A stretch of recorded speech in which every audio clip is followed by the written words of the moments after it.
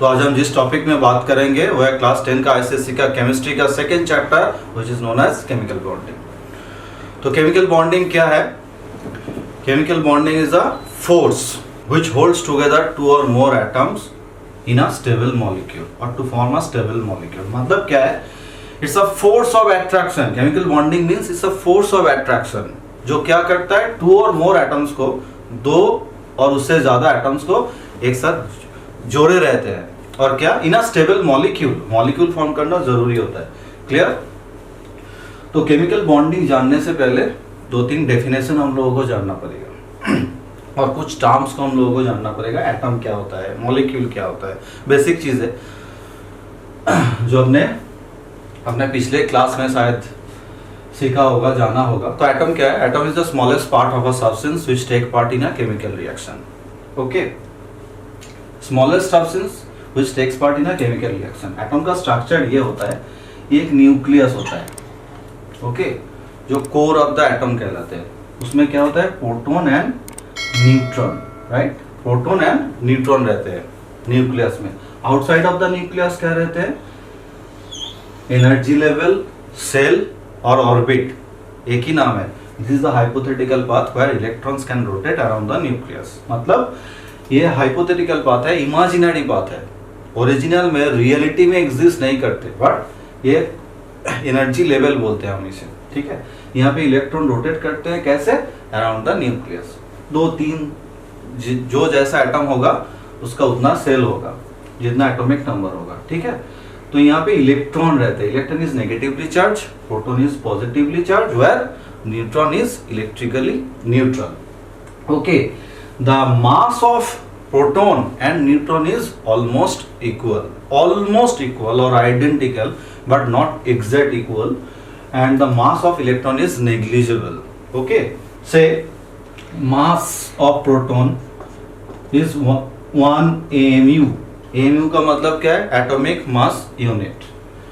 Similarly mass of neutron is also 1 AMU, बस mass of electron is negligible. क्या लिखेंगे हम लोग?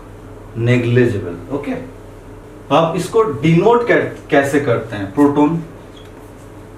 ओके, प्रोटॉन को मास नंबर क्या है? ऊपर +1, और चार्ज क्या है? +1। मास है 1, चार्ज है +1, ऐसे डिनोट करते हैं। न्यूट्रॉन को हम कैसे डिनोट करते हैं? मास है 1 बट चार्ज इज 0, तो हम ऐसे लिखते हैं न्यूट्रॉन को। और इलेक्ट्रॉन को हम कैसे लिखते हैं? मास नंबर सुपरस्क्रिप्ट में लिखा जाता है और चार्ज सबस्क्रिप्ट में लिखा जाता है। ओके, इलेक्ट्रॉन को हम कैसे लिखते हैं? मास नंबर इज 0, मतलब इसका कोई मास नहीं है लेकिन नेग्लिजिबल है, और चार्ज है -1, ऐसे डिनोट करते हैं। क्लियर? श्योर?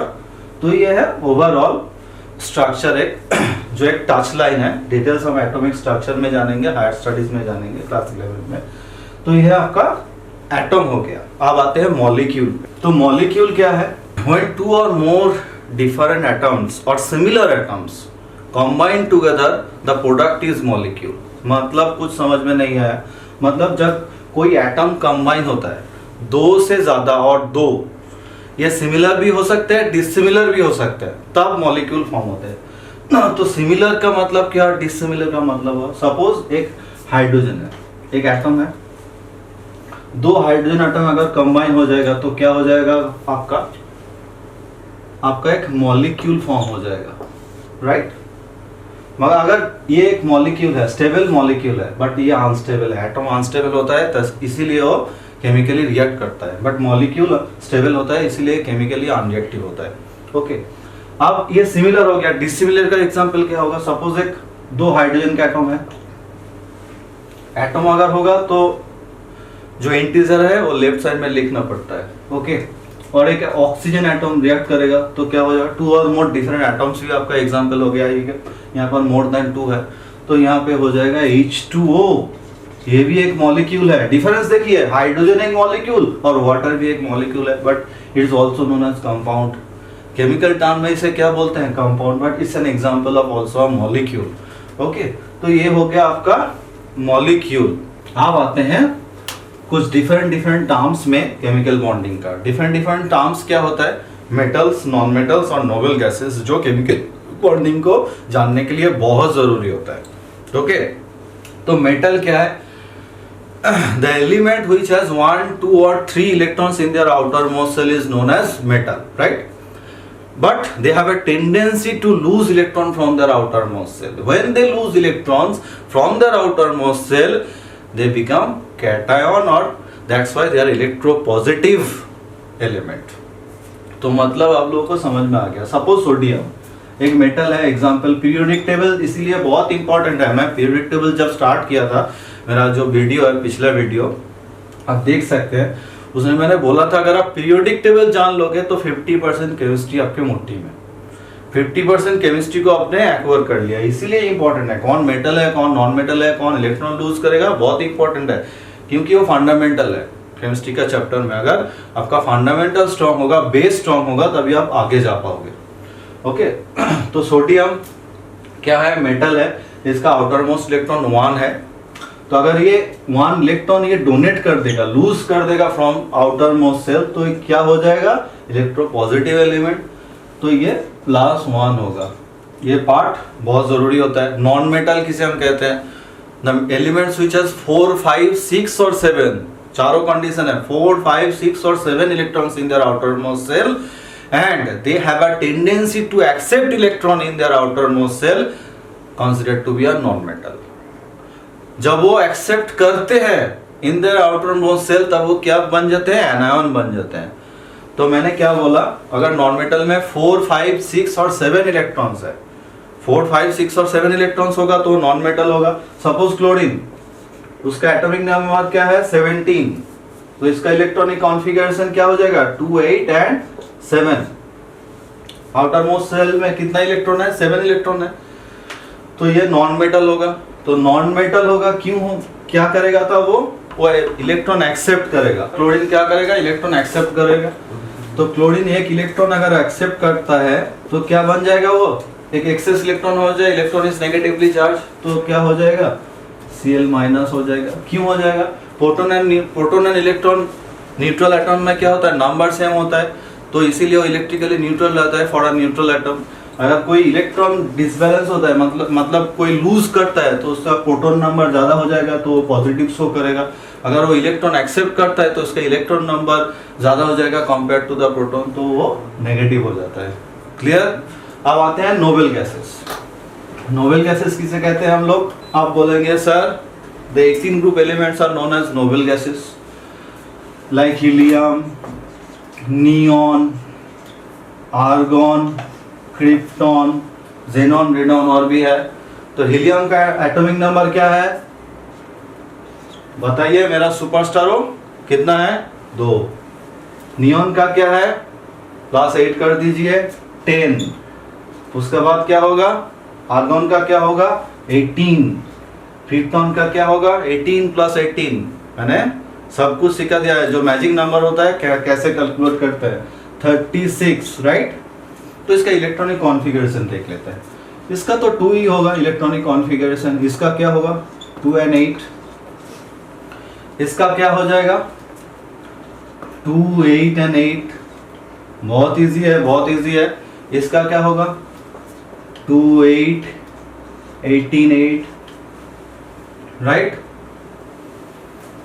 तो देखिए यहाँ पे एक पैटर्न है सबका। नोबल गैस में आउटर मोस्ट सेल में कितना इलेक्ट्रॉन है? सबका 8 इलेक्ट्रॉन है in their outermost shell, right? सिर्फ हीलियम को छोड़ के, एक्सेप्ट हीलियम। हीलियम में कितना है? 2 है सिर्फ, बाकी सब में कितना है? 8। तो नोबल गैस क्यों इतना इंपॉर्टेंट है केमिकल बॉन्डिंग के लिए, अब हम शुरू करते हैं। क्या है? तो नोबल गैस का outer most electronic configuration is 8 और 2, which is popularly known as duplet or octet electronic configuration, right? तो डुप्लेट मतलब जिसका आउटर मोस्ट सेल में 2 होगा इलेक्ट्रॉन, उसे हम डुप्लेट इलेक्ट्रॉनिक कॉन्फ़िगरेशन बोलेंगे। और नोबल गैस जिसका आउटर मोस्ट इलेक्ट्रॉन 8 होगा, उसे हम ऑक्टेट इलेक्ट्रॉनिक कॉन्फ़िगरेशन बोलेंगे, राइट? ये है stable electronic configuration.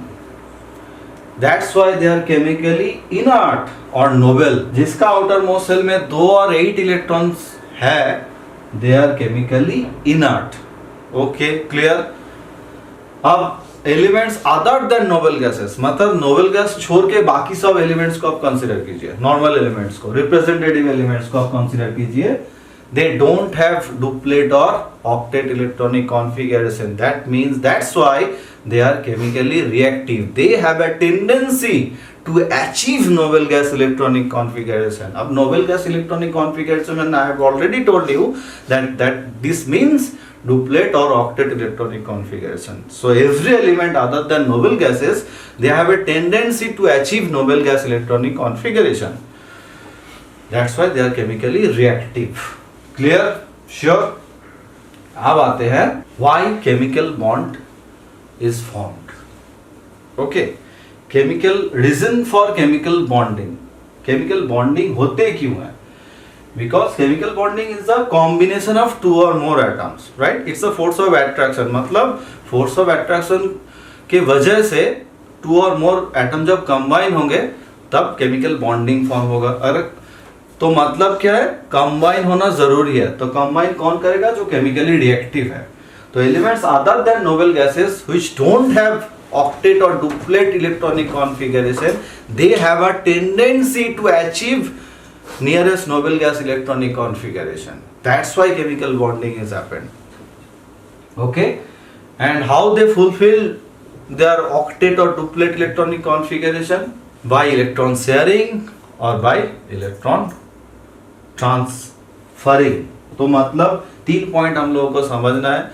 Reason for chemical bonding क्या है? Elements other than noble gases have a driving force which has the tendency to achieve nearest noble gas electronic configuration, that's why chemical bond is formed. Reason for chemical bonding and how they achieve nearest noble gas electronic configuration? By fulfilling the octet और duplet rule, ये second point है। अब duplet और octet rule को कैसे fulfil करते हैं? Bye electron transferring और बाय इलेक्ट्रॉन शेयरिंग, राइट? तो एक एग्जांपल लेके हम समझ लेते हैं तो पूरा क्लियर हो जाएगा। सपोज सोडियम, सोडियम का एटॉमिक नंबर क्या है बॉस? सोडियम का एटॉमिक नंबर है 11, राइट? तो इसका नियरेस्ट नोबल गैस का इलेक्ट्रॉनिक कॉन्फ़िगरेशन क्या है? नियरेस्ट नोबल गैस का मैंने दिया हुआ है इसीलिए नोबल गैस इतना इंपॉर्टेंट है। नियरेस्ट देखिए, नियोन है 10 और आर्गन है 18, तो सोडियम का नियर कौन होगा? नियोन होगा 10। तो इसका इलेक्ट्रॉनिक कॉन्फ़िगरेशन आ जाएगा आपका 281 और नियोन का है 2n8। तो सोडियम का टेंडेंसी होगा, sodium as a driving force which has a tendency to achieve octet electronic configuration. तो तब वो क्या करेगा? एक इलेक्ट्रॉन को, ये जो आउटर मोस्ट इलेक्ट्रॉन है उसे वो छोड़ देगा, तब वो जाके ये दोनों सेम हो जाएगा ऑक्टेट। तो वो नियोन को इलेक्ट्रॉनिक कॉन्फ़िगरेशन जो कि नियरेस्ट है उसका इलेक्ट्रॉनिक कॉन्फ़िगरेशन वो अचीव कर पाएगा। तो ये कौन सा प्रोसेस में होगा? इलेक्ट्रॉन ट्रांसफरिंग के प्रोसेस में होगा। अब आते हैं इलेक्ट्रॉन ट्रांसफरिंग ऑफ प्रोसेस। तो इंट्रोडक्शन पार्ट था ये। तो इलेक्ट्रॉन ट्रांसफरिंग प्रोसेस और electron sharing process. Electron through the transfer जब होता है, through the transfer of electron जो बॉन्ड बनता है उसे हम क्या कहते हैं? इलेक्ट्रोवैलेंट बॉन्ड और आयोनिक बॉन्ड। जब इलेक्ट्रॉन ट्रांसफर होता है from one atom to another atom, तब जो बॉन्ड फॉर्मेशन होता है तो उसे हम क्या कहते हैं? इलेक्ट्रोवैलेंट और आयोनिक बॉन्ड। बट जब इलेक्ट्रॉन शेयरिंग होता है, म्यूचुअल शेयरिंग होता है थ्रू द बॉन्डेड एटम, तो उसे क्या कहते हैं हम? शेयरिंग के थ्रू भी ऑक्टेट फुलफिल किया जाता है और इलेक्ट्रॉन ट्रांसफर के थ्रू भी ऑक्टेट फुलफिल किया जाता है। बाद में हम लोग वो सीख लेंगे। तो जब शेयरिंग के थ्रू होता है तो क्या बॉन्ड फॉर्म होते हैं? Covalent bond. तो बेसिकली तो इंट्रोडक्शन पार्ट आपका खत्म हो गया। तो basically bond, chemical bond is 2 types, but बहुत सारे चैनल में आप लोगों को मिलेगा, बहुत सारे टीचर भी आप लोगों को बताएगा chemical bond is 3 types, but I will say chemical bond is mainly 2 types which is known as electrovalent bond और आयोनिक बॉन्ड, और एक है कोवैलेंट बॉन्ड। और एक स्पेशल टाइप ऑफ बॉन्ड है जो भी वो भी शेयरिंग के थ्रू ही फॉर्म होता है, उसे हम कोऑर्डिनेट बॉन्ड बोलते हैं और कोवैलेंट कोऑर्डिनेट बॉन्ड बोलते हैं।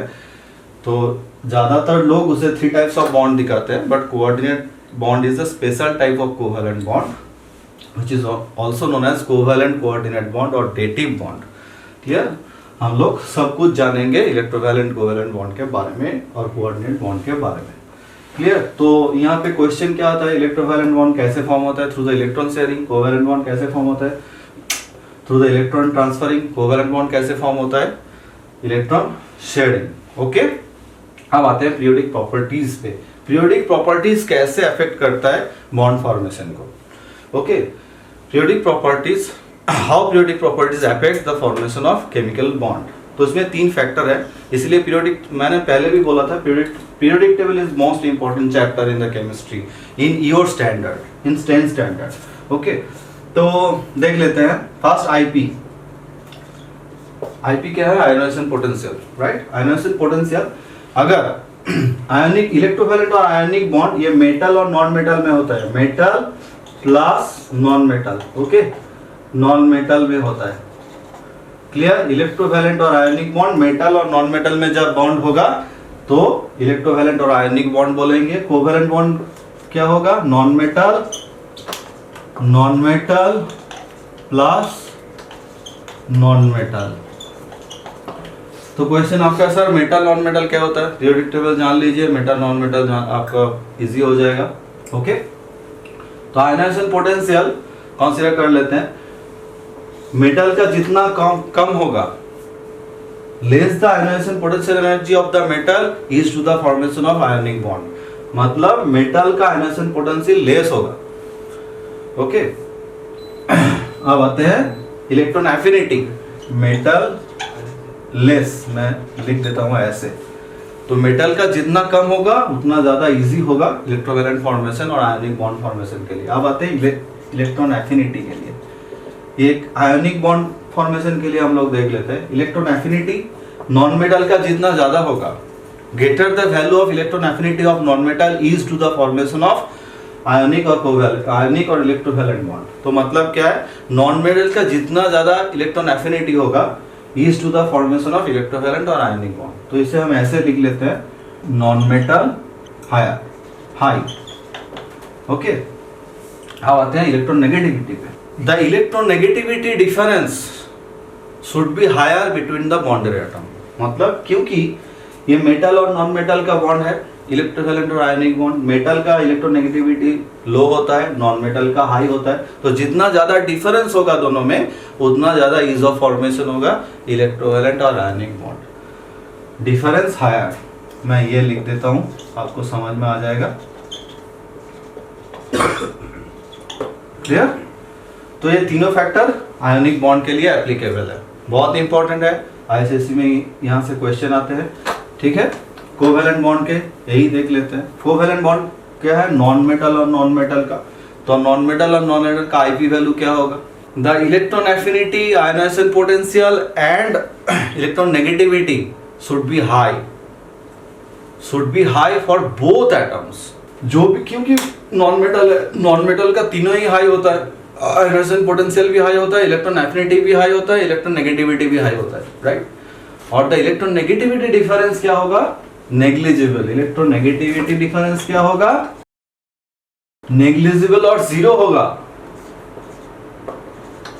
क्योंकि ये नॉन मेटल और नॉन मेटल में होता है, दोनों का इलेक्ट्रोनेगेटिविटी हाई होता है, तो उसको माइनस कर दोगे तो नेग्लिजिबल आएगा और जीरो आएगा। अगर सिमिलर एटम हुआ तो जीरो आएगा और डिफरेंट एटम आएगा तो नेग्लिजिबल। बट हाई भी होता है, एक्सेप्शन भी है, हाई इलेक्ट्रोनेगेटिविटी डिफरेंस भी फॉर्म होता है, लाइक HBr।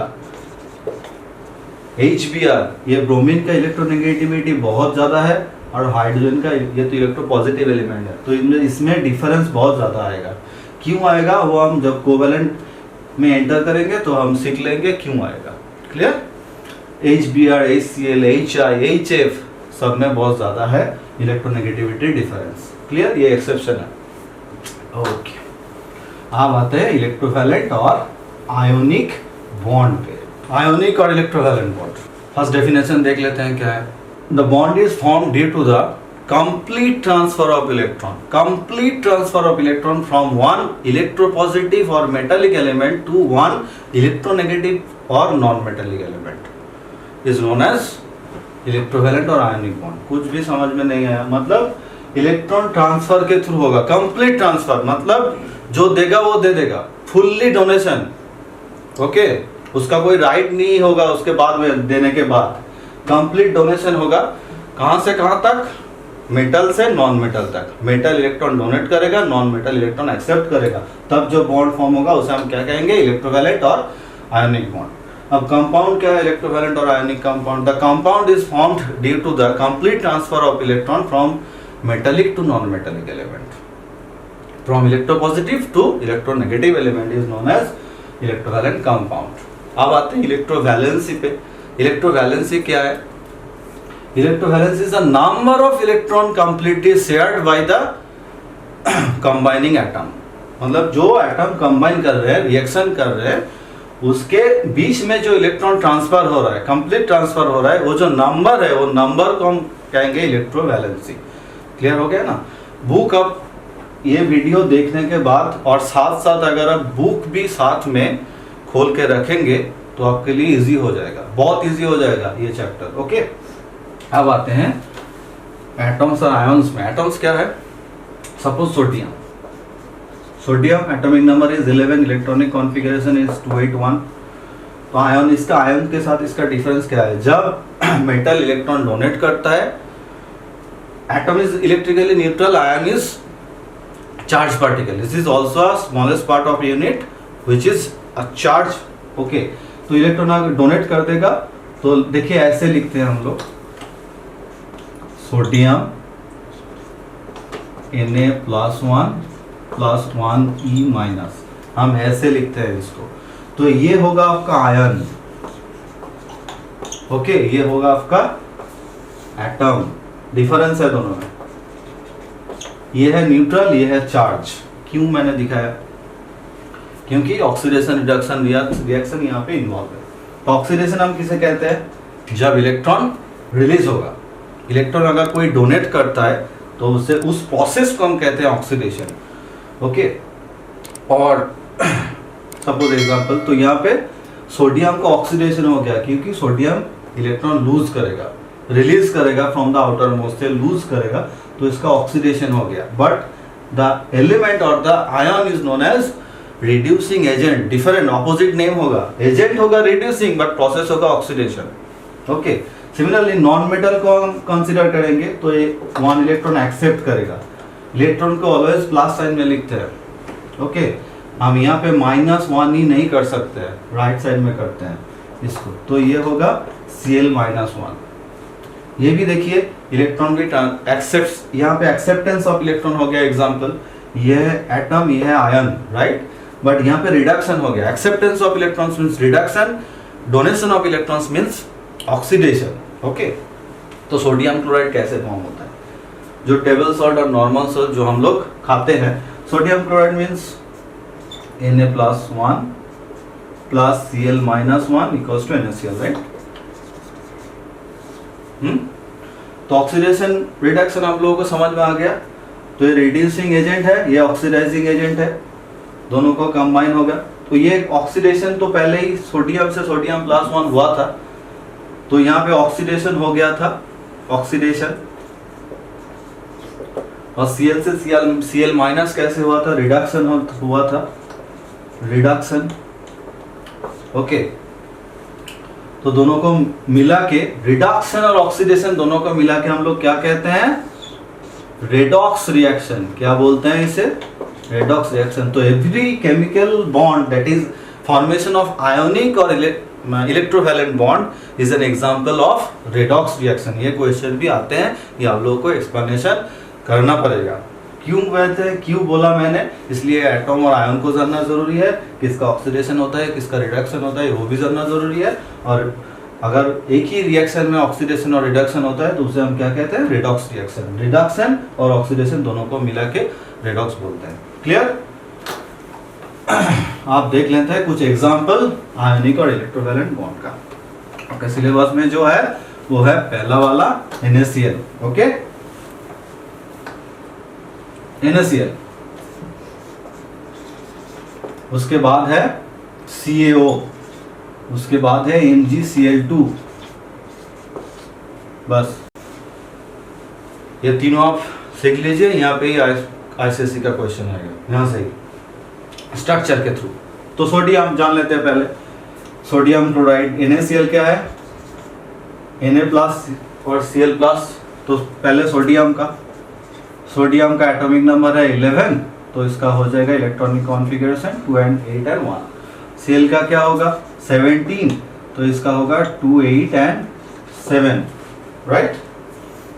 आप देखो इसको एक्सप्लेनेशन कर लिए, दो प्रोसेस है, एक नाम है इलेक्ट्रॉन डॉट स्ट्रक्चर और orbital structure. Electron dot structure को हम लोग लुईस डॉट स्ट्रक्चर भी बोलते हैं। क्या बोलते हैं, लुईस डॉट स्ट्रक्चर।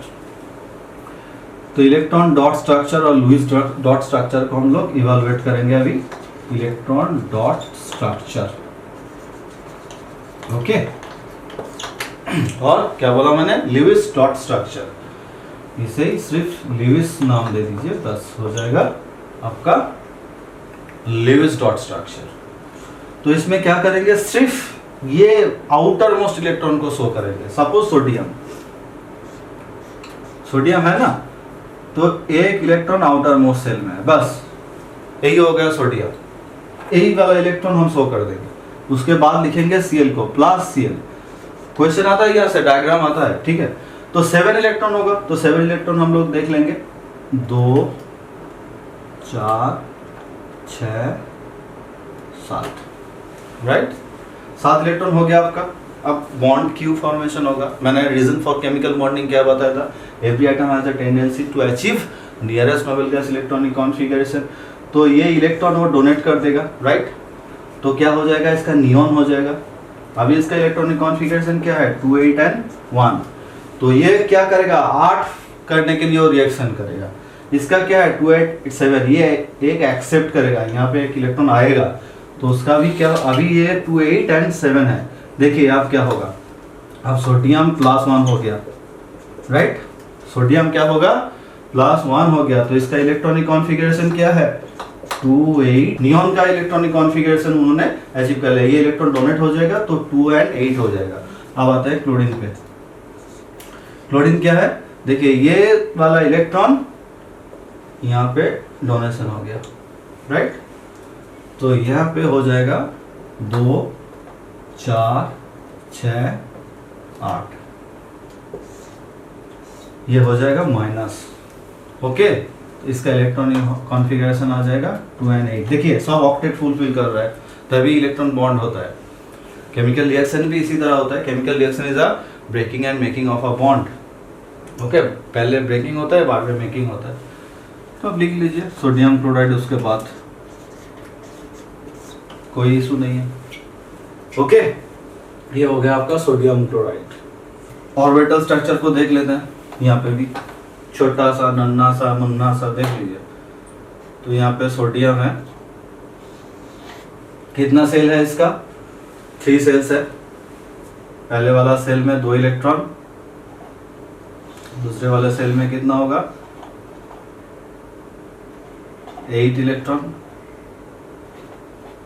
और लास्ट सेल में क्या होगा, 1 इलेक्ट्रॉन। क्लोरीन में कितना है, 2। सेकेंड सेल में कितना है, 8। क्लोरीन साइज में बड़ा होता है, उसका फिर आएगा 2 4 6 1। तो इलेक्ट्रॉन यहाँ पे आ जाएगा, इसका 2 8 1 आ गया 2 8 7। तो क्या हो जाएगा, ये सोडियम सिर्फ 2 सेल ही रहेगा, उसके बाद 2।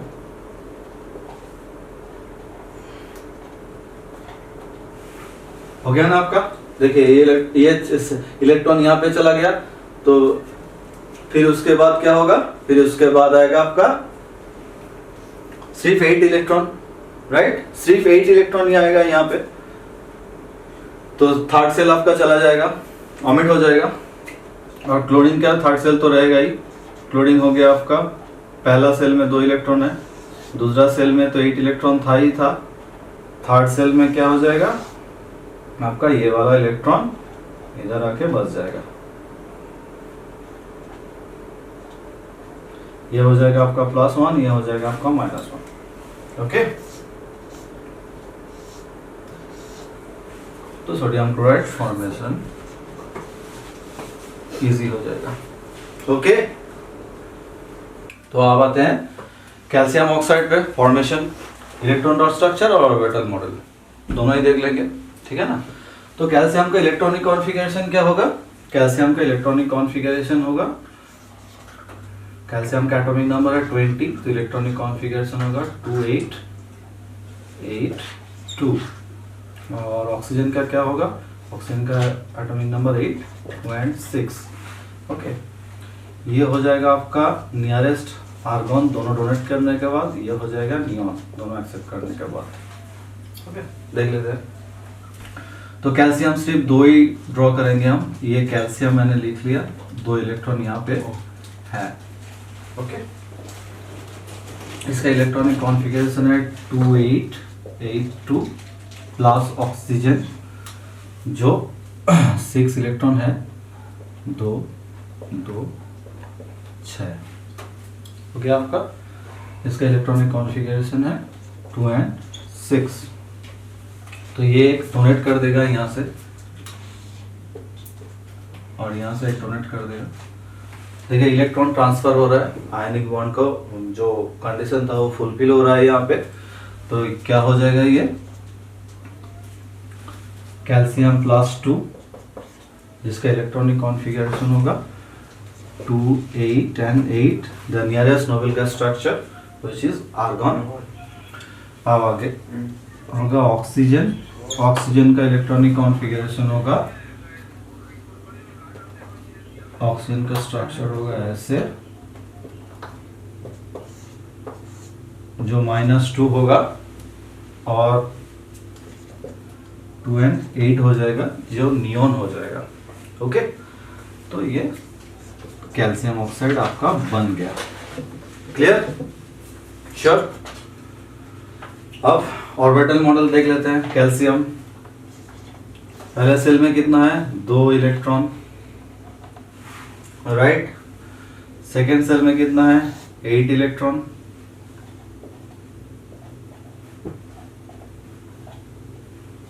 थर्ड सेल में कितना है? 8 इलेक्ट्रॉन फिर से। और फोर्थ सेल में कितना है? 2 इलेक्ट्रॉन, राइट। अब ऑक्सीजन को देख लेते हैं। यहाँ पे ऑक्सीजन है। ओके, फर्स्ट सेल में कितना है?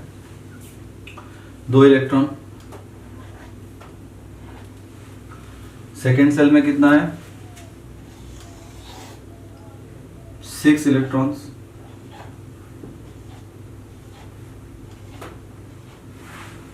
ये 2 इलेक्ट्रॉन यहाँ पे चला जाएगा,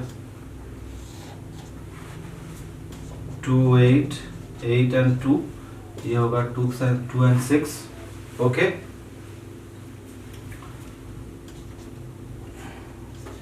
तो कैल्शियम होगा आपका ऐसा,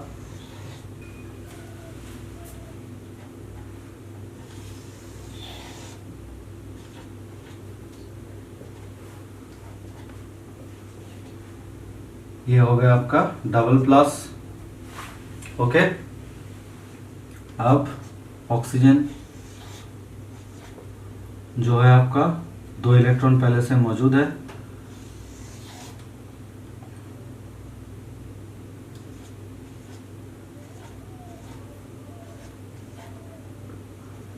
और कैल्शियम का जो डॉट इलेक्ट्रॉन था, डिफरेंट स्ट्रक्चर होगा। देखिए मैंने डॉट दिया और इसका सर्किल में दिया, तो डॉट, ये जो 2 इलेक्ट्रॉन है ये कैल्शियम का इलेक्ट्रॉन है, और जो सर्किल में इलेक्ट्रॉन था वो कैल्शियम का खुद का था, ऑक्सीजन का खुद का था।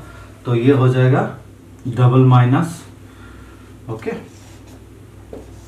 तो फॉर्मेशन हो गया आपका CaO। क्लियर? अब तीसरा स्ट्रक्चर पे आते हैं विच इज MgCl2। तो आप एग्जांपल, लास्ट एग्जांपल है इसका मैग्नीशियम क्लोराइड। तो मैग्नीशियम का इलेक्ट्रॉनिक एटॉमिक नंबर है 12, इसका इलेक्ट्रॉनिक कॉन्फ़िगरेशन आ जाएगा 282, जो नियॉन का इसका नियरेस्ट नोबेल गैस है उसका आ जाएगा 2 and 8, और क्लोरीन का है 17 एटॉमिक नंबर, तो इलेक्ट्रॉनिक कॉन्फ़िगरेशन आ जाएगा 287।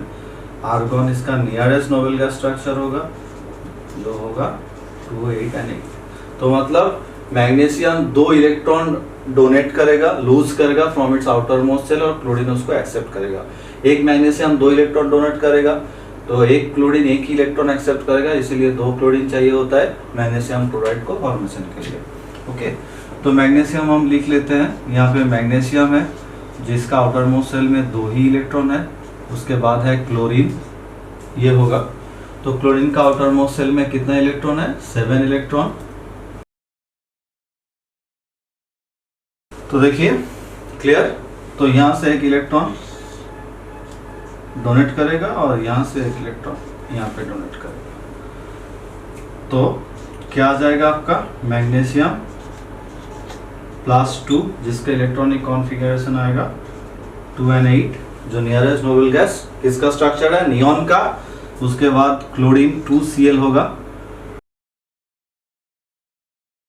माइनस होगा, जो इलेक्ट्रॉनिक कॉन्फ़िगरेशन आएगा वो आएगा आर्गन का 2, 8 and 8। उसके बाद आपका मैग्नीशियम क्लोराइड फॉर्मेशन आपका हो जाएगा। Okay clear. अब ऑर्बिटल मॉडल देख लेते हैं। तो ऑर्बिटल मॉडल क्या होगा इसका? मैग्नीशियम फर्स्ट सेल में 2 इलेक्ट्रॉन है, सेकेंड सेल में कितना है? 8 इलेक्ट्रॉन है, थर्ड सेल में कितना है? सिर्फ 2 ही इलेक्ट्रॉन है। क्लोरीन फर्स्ट सेल में 2 है, सेकेंड सेल में है 8, थर्ड सेल में कितना है? 7। और एक क्लोरीन है जिसका फर्स्ट सेल में है 2, सेकेंड में है 8 और थर्ड में कितना है? 7। तो यहाँ पे इलेक्ट्रॉन यहाँ तक चला जाएगा और यहाँ से यहाँ पर आएगा। इसका है 2, 8 and 2, इसका है 2, 8 and 7, इसका है 2, 8 and 7। तो डोनेट करने के बाद क्या हो जाएगा? मैग्नीशियम का स्ट्रक्चर कुछ इस तरह दिखेगा। ये होगा डबल प्लस, और क्लोरीन क्या हो जाएगा?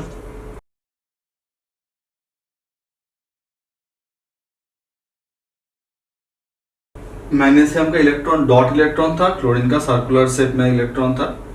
लेकिन ये जो 2 इलेक्ट्रॉन है ये मैग्नीशियम में लिया है, एक सर्कुलर में होगा, एक मैग्नीशियम का लिया हुआ है, इसलिए एक डॉट है एक सर्कुलर है। तो 2 क्लोरीन है, तो इसलिए ये अब इसका इलेक्ट्रॉनिक कॉन्फ़िगरेशन हो जाएगा नियॉन का 2 and 8, और क्लोरीन का आ जाएगा आपका 2, 8 and 8, जो आर्गन का हो जाएगा नियरेस्ट नोबेल गैस स्ट्रक्चर।